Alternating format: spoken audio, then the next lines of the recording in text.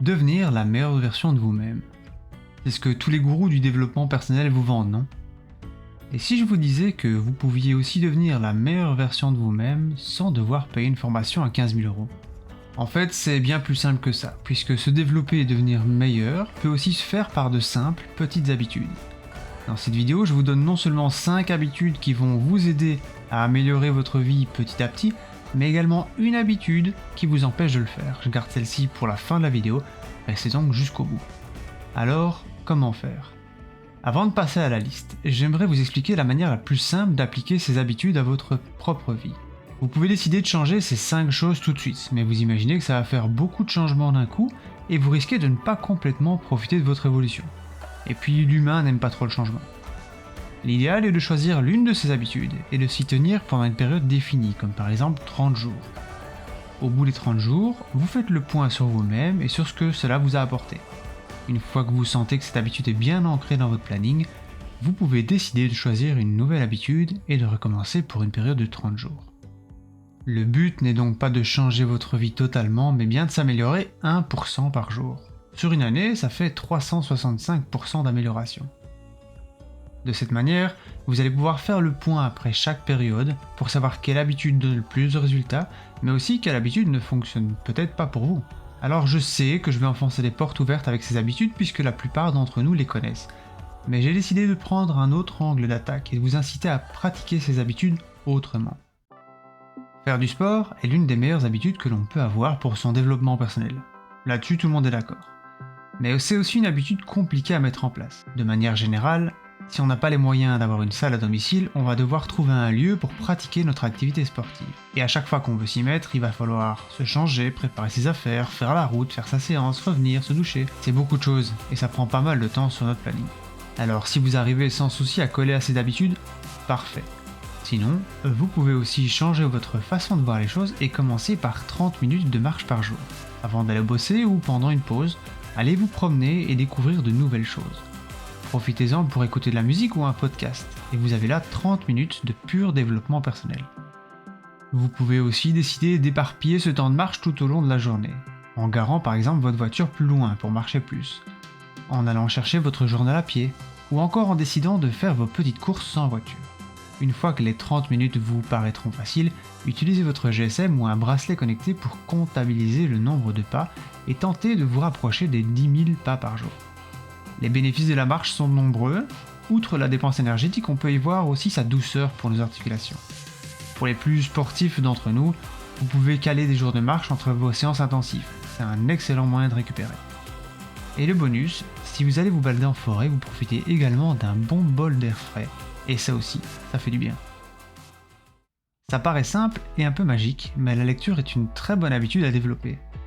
Pour être bénéfique, vous n'êtes pas obligé de lire un livre de formation. Cela fonctionne aussi avec les romans, alors faites-vous plaisir. Outre une amélioration de notre gestion du stress après seulement 6 minutes de lecture, les autres bénéfices sont nombreux, comme la stimulation de notre mental, l'amélioration de la mémoire, l'amélioration de notre concentration, l'apprentissage. Et c'est d'ailleurs le point suivant.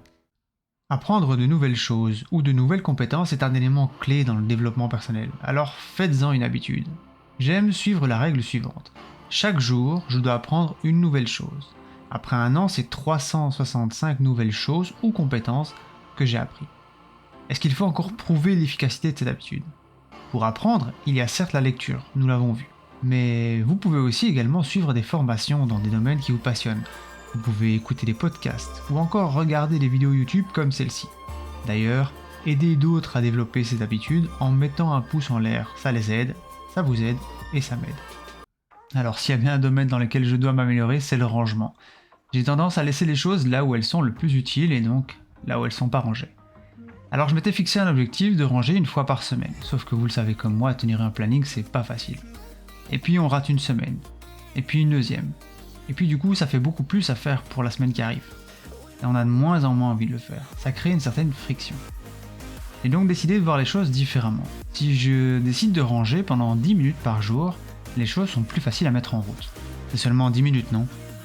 Et quand c'est nécessaire, il m'arrive souvent de dépasser mes 10 minutes sans m'en rendre compte. N'oubliez pas, le plus dur est souvent de se lancer. Voilà pourquoi l'objectif de ranger pendant 10 minutes est un excellent moyen pour dépasser cette friction. C'est peut-être l'habitude dont on parle le moins, et pourtant l'impact qu'elle a sur notre développement personnel est immense. Nous avons tous des rêves et des idées folles. Souvent, ça reste au stade du rêve. Pourtant, nous pouvons parfois faire de nos rêves des projets concrets pour notre vie. Je vais vous donner un exemple personnel. J'ai toujours aimé partager mes connaissances avec les autres, et je le fais d'ailleurs dans certains domaines. Mais partager sur le domaine du développement personnel était quelque chose de fortement abstrait, jusqu'au jour où j'ai décidé de faire cette chaîne. À partir de là, je me suis donné l'habitude de travailler tous les jours, même pour seulement 5 petites minutes. Se voir avancer dans quelque chose qui nous tient à cœur nous booste, nous réconforte, nous apaise. Bref, ça nous fait du bien. Alors vous aussi, transformez vos rêves en réalité et ensuite prenez l'habitude d'y travailler au minimum 5 minutes par jour. Maintenant que vous avez vu comment améliorer votre développement personnel avec ces 5 petites habitudes, voyons une des mauvaises habitudes que nous avons tous et qui ne nous aide pas du tout à devenir meilleurs. Je parle évidemment de l'utilisation de son téléphone à l'instant où on se réveille. Ce mauvais réflexe entraîne plein de mauvaises choses. Déjà, il y a peu de bonnes postures pour regarder son téléphone dans le lit. On termine souvent avec des positions dignes d'un meuble suédois. C'est mauvais pour notre corps et notre posture. De plus, ce qu'on fait sur notre téléphone ne nous apporte rien de bon. Souvent, on va directement voir nos réseaux sociaux, ce qui a pour effet négatif de nous comparer immédiatement aux autres qui ont réussi. Imaginez, vous sortez de votre sommeil, plein d'énergie, prêt à surfer sur votre planning, et là, vous prenez votre téléphone, vous voyez Marc, un de vos abonnements Facebook, qui a acheté sa nouvelle voiture, sa nouvelle maison, ou qui présente sa nouvelle compagne. Nous partageons rarement ce qui va mal sur nos réseaux sociaux.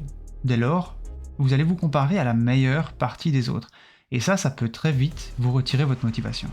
Et là, certains vont me dire, oui, mais c'est pour le travail. Donc je résume, vous venez de remettre votre jauge de stress à 0 durant la nuit, et à la seconde où vous ouvrez les yeux, vous souhaitez la re-remplir. Dois-je vraiment expliquer le problème avec ça? Au lieu de tout ça, quand vous ouvrez les yeux, prenez un moment pour être présent.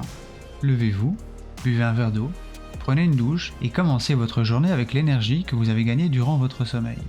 Une fois bien lancé, vous pouvez, si vous le souhaitez encore, faire une pause et vérifier vos réseaux sociaux. Mais croyez-moi, si vous enlevez cette mauvaise habitude, vous allez vite vous rendre compte que vous n'en avez plus besoin. Alors évidemment, il y a encore plein d'autres habitudes que vous pouvez utiliser pour vous améliorer. Elles feront l'objet d'une autre vidéo peut-être. En attendant, gardez le message principal de cette vidéo qui est de s'améliorer d'1% chaque jour. Devenez meilleur, petit pas par petit pas. Et vous verrez que votre vie en sera meilleure également. Si cette vidéo vous a aidé, dites-le moi en commentaire et n'hésitez pas à laisser un méga pouce bleu, ça me fait super plaisir. Aidez les personnes qui en ont besoin en leur partageant cette vidéo. Un bon moyen pour s'améliorer, c'est aussi d'avoir plein d'énergie tout au long de sa journée. Dans cette vidéo, on parle de la fatigue et de ce qui vous empêche de péter la forme tout le temps. Prenez soin de vous et de ceux que vous aimez.